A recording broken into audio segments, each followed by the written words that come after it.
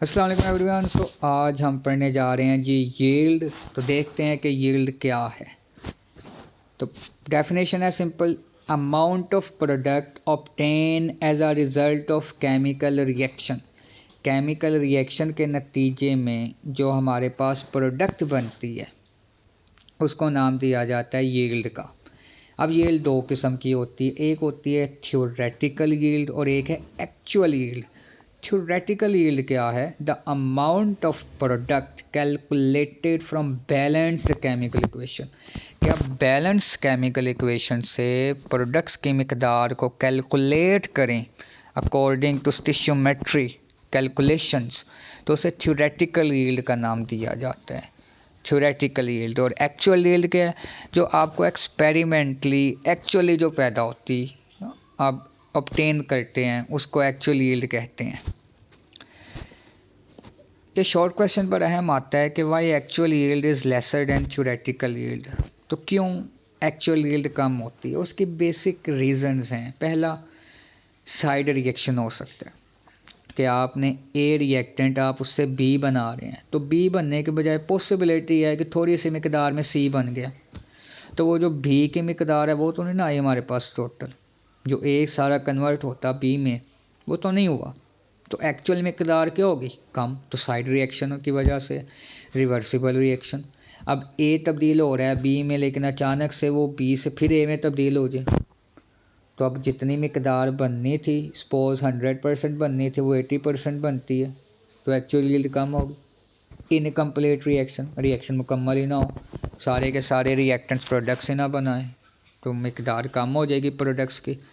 Inexperience worker जी, जो inexperience worker है जिसको काम करने का नहीं पता, जो भी न्यू काम कर रहा है, डेफिनेटली वो कोई ना कोई गलतियां करेगा, किसी ना किसी जगह पे कोई पॉइंट उसका मिस हो जाएगा मैन्युफैक्चरिंग के दौरान, तो नतीजा क्या निकलेगा? जो यील्ड है उसकी मिकदार कम हो जाएगी।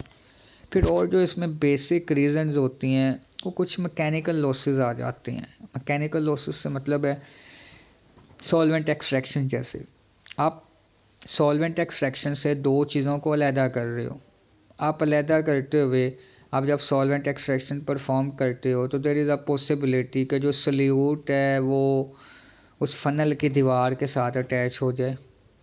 फिल्ट्रेशन कर रहे हैं, इस दौरान भी क्या होता है, जो कागज़ आप यूज़ करते हैं फ़िल्टर पेपर, पॉसिबिलिटी है कि उसके साथ जो सॉलिड मौजूद है वो उसके साथ अटैच हो जाए। नतीजा क्या निकलेगा कि जो मिकदार है वो कम होगी। डिस्टिलेशन करते हैं, क्रिस्टलाइजेशन करते हैं, तो inefficiency during washing and drying of crystals है कि अब क्रिस्टल्स को ड्राई और वॉश करते हुए आप सही तरह से नहीं करते, तो उस दौरान वो लॉस हो सकता है, थोड़ा सा मटेरियल हमारा कहीं गिर सकता है। तो एक्चुअल यील्ड क्या हो जाती है? कम हो जाती है हमेशा थ्योरेटिकल यील्ड से। अब परसेंटेज यील्ड क्या है? ये एज अ शॉर्ट क्वेश्चन आता है, व्हाट इज़ परसेंटेज यील्ड, हो the efficiency of a reaction is determined. तो याद रखें, efficiency of a reaction is determined by the percentage yield of reaction.